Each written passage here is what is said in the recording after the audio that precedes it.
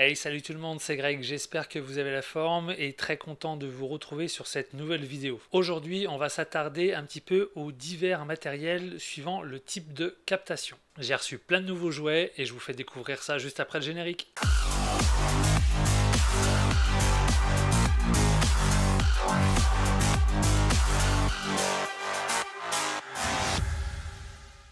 Allez, pour commencer cette vidéo, je voulais déjà remercier Holyland parce que je viens de recevoir mon prix de supporter de la marque, donc du coup ça me fait vraiment plaisir. C'est une marque que j'ai vue évoluer depuis presque ses débuts, donc ça me fait super plaisir du coup d'avoir reçu du coup ce petit kit de remerciements de leur part.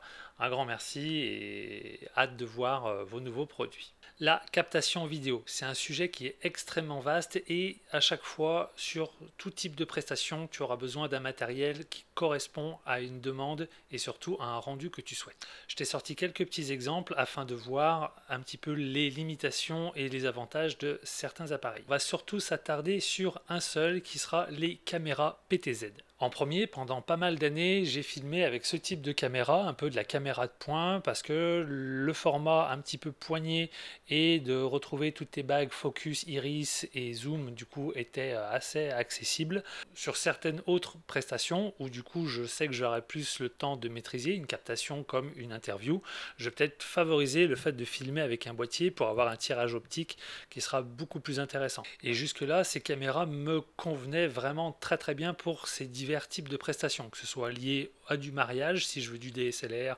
ou plutôt de la caméra de poing, si je veux faire du multicam, etc. Donc sur pas mal de prestations, ça correspondait vraiment à une demande et le fait d'avoir un automatisme qui me faisait aussi gagner pas mal de temps. Avec le temps, on se professionnalise encore plus, on a envie de créer des équipes encore plus grandes pour faire de la couverture de spectacles, concerts, etc. Mais il arrive dans certains cas où tu vas devoir automatiser certains éléments, comme par exemple les captations d'assemblée générale ou éventuellement certains éléments sportifs où le budget te privera peut-être d'avoir certains cadreurs sur des week-ends entiers. Peut-être que certaines prestations te demanderont d'avoir des budgets assez serrés. Là, du coup, la caméra PTZ prendra tout son intérêt.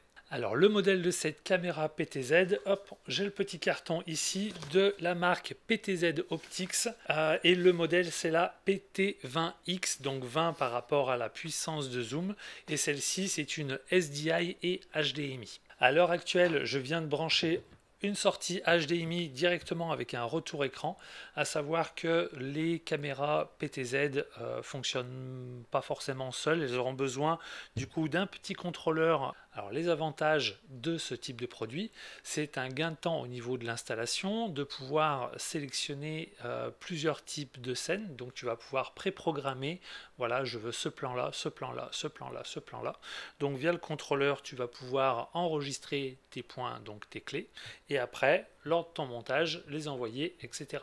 Les inconvénients, c'est que tu vas avoir justement le mouvement de la caméra et pendant ce temps-là, il va falloir que tu puisses basculer sur un plan peut-être un peu large ou sur autre chose afin de t'éviter ce fameux va-et-vient qui peut être un petit peu désagréable. Là, je vais vraiment prendre pour exemple, pas du mariage, mais plus un accès comme de l'événementiel, événement, comité d'entreprise, gala, vœux du maire ou assemblée générale. Alors sur ce type d'événement, partir sur une seule caméra sera peut-être pas forcément super judicieux. Moi j'aurais plus tendance à partir sur deux, peut-être voire trois, deux PTZ et peut-être une fixe afin d'avoir un plan un peu large, on n'est pas embêté. Là encore une fois, on parle de configuration événementielle en limitant le nombre de personnes présentes sur l'événement. Alors comment ça peut fonctionner? Les caméras PTZ, elles fonctionnent via du RJ45 et communiquent via le réseau. Afin de pouvoir connecter toutes ces caméras, tu vas passer directement par un switcher ici présent, donc du 8 entrées pour du basique. Tu branches en RJ45 ta caméra directement au switcher et le switcher à ton ordi et ton contrôleur PTZ au switcher, tout passe là-dedans, tu crées ta tambouille, tu vas dans ton réseau, tu sous-réseau, etc. Tu viens à regarder toutes tes options, etc. Et faire en sorte que ton contrôleur puisse lui prendre en charge la caméra. Donc bien sûr, encore une fois, tu n'es pas limité. Hein. Si tu as des switches avec plus d'entrées, bah, tu vas pouvoir mettre encore plus de caméras PTZ. À savoir que sur le contrôleur, lui, en accès rapide, tu as les touches rapides de caméra 1 à caméra 6. Alors je fais une petite parenthèse juste sur la partie des résolutions. Derrière du coup tu as avec un petit tournevis, tu vas pouvoir choisir des petits numéros qui détermineront la résolution. Donc moi habituellement sur mes captations je reste en 1080-60 et ben là j'avais juste à tourner avec mon petit tournevis pour me mettre sur le petit chiffre qui correspondait à du 1080-60. On l'a évoqué rapidement tout à l'heure, mais il prend bien en charge donc les sorties SDI et HDMI. Donc là du coup je suis en HDMI pour le test via le petit écran, mais sur mes captations afin de faire propre tu fais tirer tes longueurs de SDI et au moins t'es pas embêté. J'en profite, je fais une deuxième parenthèse au niveau de l'alimentation. Actuellement, il est en filaire. J'ai vu qu'il y avait aussi la possibilité, si le câble et le switch étaient compatibles, de pouvoir enlever la partie alimentation filaire et d'alimenter directement avec le RJ45. Donc c'est un process qui s'appelle le PoE, ou je crois POI, qui permet voilà, de prendre en charge la partie alimentation, à savoir que même le contrôleur PTZ, le contrôleur IP, peut aussi être alimenté via ce type de switch. Mais bon, à l'heure actuelle, je n'en ai pas. Là aussi, présentation peut-être un petit peu plus rapide sur la partie du contrôleur IP, donc toujours de chez PTZ Optics, et celui-là c'est la 4e génération IP Serial Controller, et je ne me rappelle plus si là, voilà, c'est le PT Joy G4, et qui te permettra de pouvoir piloter l'ensemble de tes caméras et de pouvoir placer des points clés. Donc focus un petit peu sur le contrôleur. Lui a un petit écran OLED en plein milieu. On retrouve bien notre petit joystick qui lui nous permettra de faire nos fameux droite, gauche, haut, bas et surtout zoomer. Il a aussi le petit bouton valider au-dessus. On a aussi, super intéressant, le fait d'avoir un zoom rapide, téléobjectif et wild. Tes raccourcis aussi au niveau du focus, de l'iris et du gain. Donc nous, ce qui va nous intéresser, c'est de pouvoir placer facilement un point Q, donc un point qui nous intéresse concernant notre caméra. Donc avec le joystick, tu vas choisir, on va faire un plan un peu rapproché, hop, donc tu viens déterminer, donc là encore une fois, tu n'es pas censé être en mode de réalisation, c'est un petit peu sur la préparation de ton setup.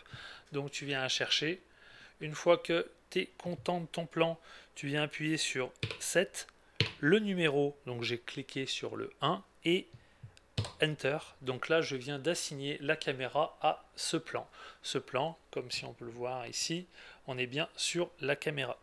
Je vais me créer un deuxième point clé, plus axé peut-être écran. Donc là, on va partir du principe que c'est plus des personnes dans l'assemblée ou des intervenants sur des pupitres ou autres qu'on va faire. Donc là, j'ai créé mon plan. Du coup, j'avais du mal à faire le focus. J'ai appuyé une fois sur Push Autofocus et ça a retrouvé automatiquement le point. Je vais donc encore une fois assigner cette nouvelle clé 7, touche numéro 2 et entrée. Et là, du coup, je viens de créer déjà 2 points. Et on va pouvoir voir sur l'écran, quand je clique sur la 1, j'ai ma caméra entière, donc on a bien ce dézoom plus réaxe au niveau de mon plan. Donc j'avais l'intervenant numéro 1, j'appuie, j'ai l'intervenant numéro 2, tac. Donc voilà, si on souhaite ne pas avoir cet élément de dézoom, zoom, etc., de repositionnement de caméra, il va forcément falloir passer par une deuxième caméra qui, elle, aura une autre valeur. Et là où ça devient super intéressant, c'est qu'en un minimum de personnel, tu vas pouvoir avoir des plans que tu auras préprogrammés. Par exemple, on va s'en créer hop, un troisième sur le petit logo. Hop, là on a quoi? On a un petit Leica. Donc tu crées hop, ton 7. Donc même chose, 7, touche 3, entrée. Et là, du coup, à partir de une caméra, toi, en tant que réalisateur ou assistant réa, tu vas pouvoir proposer tout un set de caméras, de plans stabilisés, parce que tu es sur pied, tout simplement, et avec un fort grossissement. À savoir que, comme on l'a pu l'évoquer, celle-là, c'était la x20, mais j'ai vu qu'il existait aussi des x30. Donc, si on a vraiment besoin voilà, de vraiment pousser, et ben, il y a de quoi faire. Alors là, du coup, on est parti sur une config où on n'a que du plan fixe.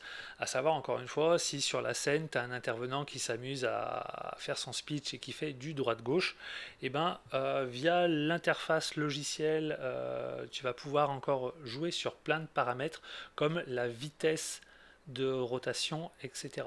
Je m'avance peut-être un petit peu, mais je pense qu'à partir de OBS, tu as la possibilité de faire du tracking pour que du coup l'intervenant soit suivi. Là encore une fois je m'avance un petit peu, j'ai pas encore eu le temps de vraiment pousser cette option. Je pense qu'il y a une autre caméra qui va le proposer, mais voilà, si on est déjà équipé de ce genre de caméra, ça peut être cool et intéressant de gratter cette partie là. Donc avec le Covid, j'ai pas trop eu l'occasion de faire plein de prestations en extérieur et de sortir du coup ces nouvelles caméras.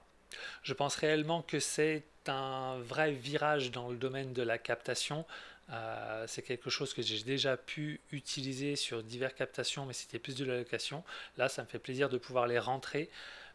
Très satisfait du coup de la qualité de fabrication. Encore une fois, on se répète un petit peu d'une review à l'autre, mais c'est encore une fois tout l'intérêt, c'est de montrer avec quoi je peux bosser, et surtout parce que pour moi, ça a vraiment fait ses preuves. Au niveau de la rapidité, de la fiabilité, c'est encore une fois des produits qui, sur tous les tests que j'ai pu faire, parce que encore une fois, comme je l'ai dit, j'ai pas trop eu l'occasion de la sortir. Je pourrais parler plus longuement, encore une fois, de ce genre de produit, mais là, elles viennent d'arriver et voilà, ayant déjà utilisé ce genre de produit, je suis vraiment super satisfait de cette réactivité et surtout de tout ce gain de temps, toute cette facilité au travail que ça va nous apporter derrière. Minimiser peut-être sur certaines prestas le nombre de cadreurs, le fait de pouvoir jouer très facilement. Encore une fois, ça reste de gros jouets, mais ça fait toujours plaisir de pouvoir se marrer avec ça. Au niveau des mauvais points, là, du coup, c'est pas spécialement la caméra qui aura un réel problème, c'est plus moi parce que je suis vraiment une bille au niveau des réseaux et de toute cette partie de création de réseaux, sous-réseaux, etc. Configurer les IP déjà avec la thème, c'était pas forcément idéal pour moi. Mais bon, il te laisse pas en rade. Dans tous les cas, tu auras le petit manuel du coup du Joy G4 et surtout de la caméra. Donc la caméra, rien de très très complexe.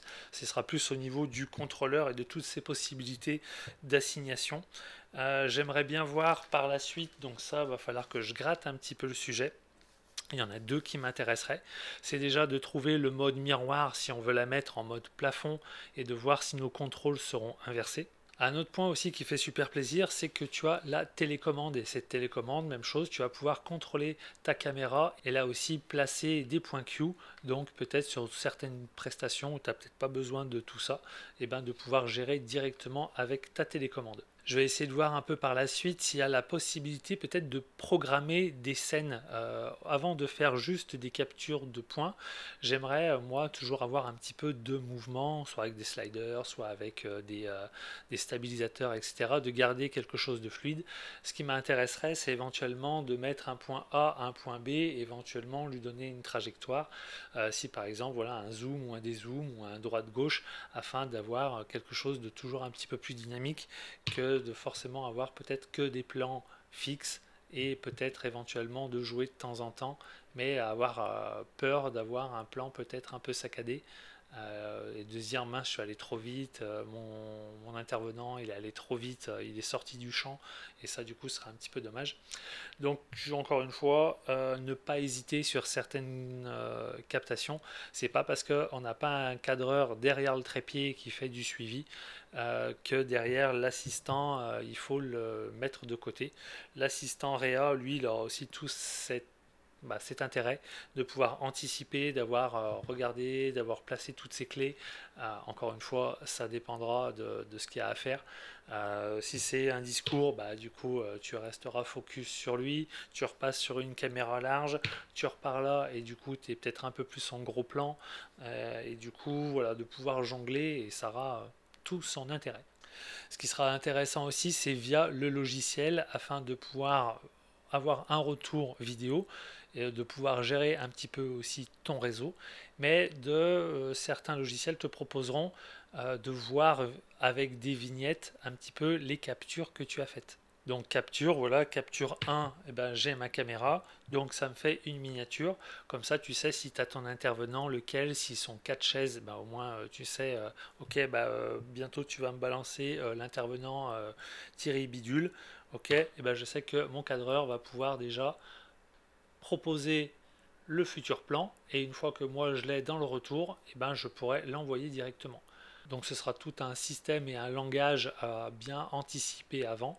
Dernièrement, j'ai vu sur une prestation type de BMX indoor que ça avait été utilisé pour faire les départs et les arrivées. Donc elle était vraiment programmée sur 2 plans afin de, voilà, encore une fois, d'avoir 2 éléments. Et je pense qu'il y a un gars qui devait s'amuser toute la journée à appuyer sur 1, 2, 1, 2, 1, 2 sur tous les départs. Tiens, je vais en profiter, je vais le mettre ici, on y verra peut-être un peu plus. Ce que j'ai vraiment trouvé appréciable, c'est que sur leurs réseaux sociaux, type Facebook, etc., ils sont extrêmement présents, extrêmement actifs, beaucoup de live, beaucoup de questions, beaucoup d'éléments, beaucoup de nouveautés. Et ça fait vraiment plaisir de voir qu'un produit déjà n'est pas mis, bah voilà, c'est fini et il n'y a pas d'évolution.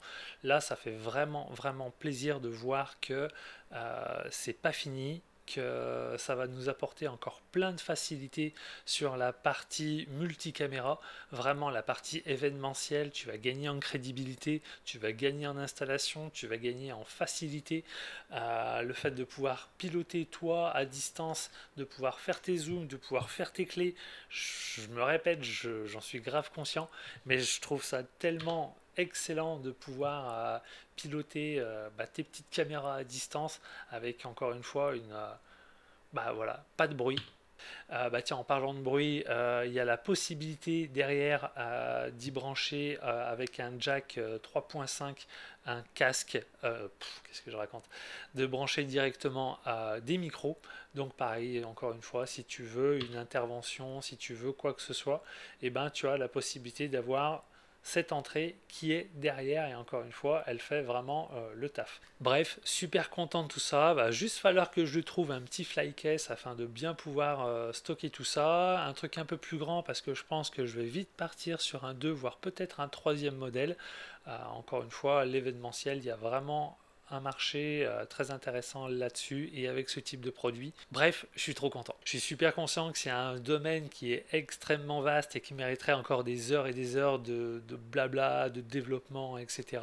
Là, on est vraiment sur la découverte d'un nouveau produit pour nous, qu'on intègre à l'intérieur, qu'on a déjà utilisé auparavant, mais qui fait plaisir d'arriver dans nos stocks. Et j'ai surtout trop hâte que du coup toutes les limitations se finissent et qu'on puisse reprendre notre activité de cadreur, de prise d'image, de son, d'événementiel.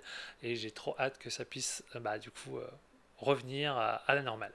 Voilà, du coup, j'espère que cette découverte produit sur les caméras PTZ, un peu bref, vous aura permis de découvrir un petit peu plus facilement, donc en vulgarisant un petit peu. Donc, je pense qu'il y en a aussi pas mal qui doivent déjà connaître un petit peu le sujet. Je vous dis à la prochaine, faites des images stables, éclatez-vous avec du PTZ, parce que vraiment, ça, c'est l'avenir. Ciao, ciao!